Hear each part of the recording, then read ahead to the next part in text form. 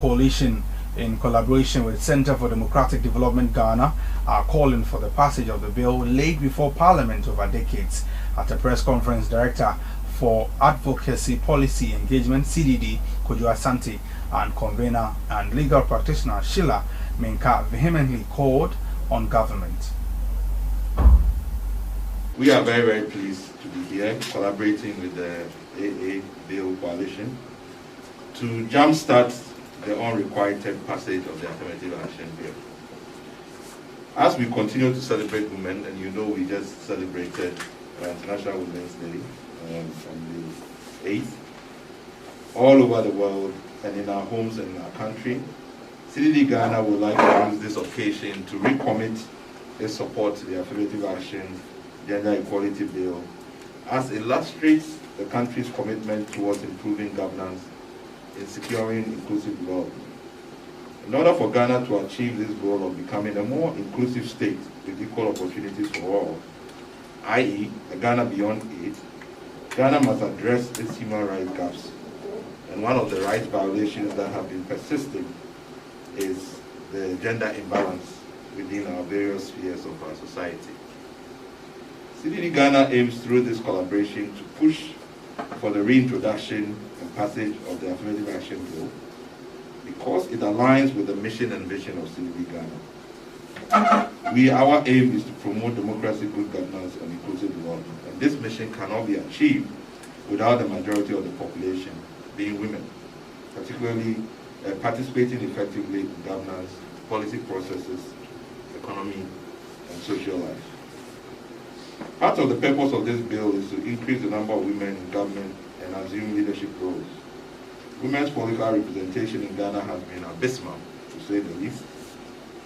Women hold only 40 seats of the 275-member 8th Parliament, which represent only 14.5% of the total in Parliament.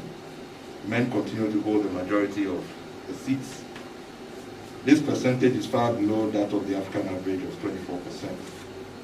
Between 2016 and 2021, there have been only an increase of 1.5% of women in Parliament. So as you're aware, the International Women's Day is a day set aside to celebrate women's social, economic, cultural, and political achievements. The day also marks a call to action for accelerating gender parity. I'm sure we're also aware that the theme for this year's International Women's Day is very relevant for us. It is on gender equality for a sustainable tomorrow, with the campaign theme as breaking the bias. The coalition is concerned about the government's delay in passing this bill, because it has raised to us concerns about its commitment towards passing the Affirmative Action Gender Equality Bill into law. Because we believe that if this bill was in place, the bias to some extent would have been broken in women's access to governance and leadership positions. And that has a way of affecting other aspects of all of us, our lives. So as a coalition, we are calling for the passage of the bill into law as soon as possible, since it will come up with a law that will address the problem that we'll be discussing today. I'm sure we're also all aware that Goal 5 of the Sustainable Development Goals of the UN calls for gender parity by the year 2030.